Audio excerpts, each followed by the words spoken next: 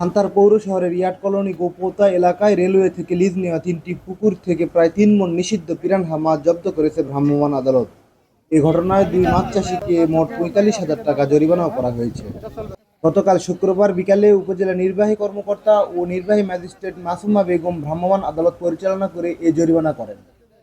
জরিমানা প্রাপ্তরা হলেন উপজেলার সান্দিরা গ্রামের দেলোয়ার হোসেন ও একই গ্রামের ইউসুফ আলী।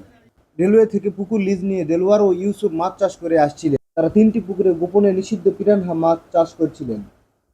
গোপন সংবাদের ভিত্তিতে পুকুরগুলোতে অভিযান চালিয়ে জাল দিয়ে প্রায় 3 মণ পিরানহা মাছ জব্দ করা হয়েছে।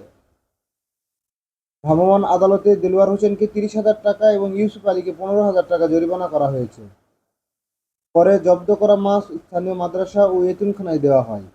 এ সময় উপস্থিত ছিলেন সিনিয়র উপজেলা মৎস্য কর্মকর্তা নাহিদ হোসেন, উপজেলা নির্বাহী কর্মকর্তা ও নির্বাহী ম্যাজিস্ট্রেট মাসুমা বেগম বলেন, নিষিদ্ধ পিরানহা মাছের চাষ, বিক্রি ও পরিবহন বন্ধে নিয়মিত অভিযান অব্যাহত থাকবে।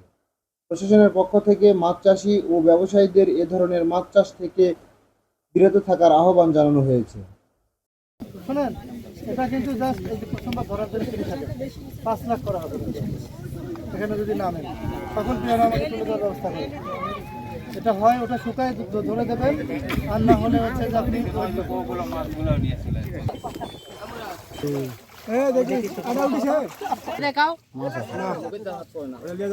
ভালো করে ধরো, ভালো করে ধরো।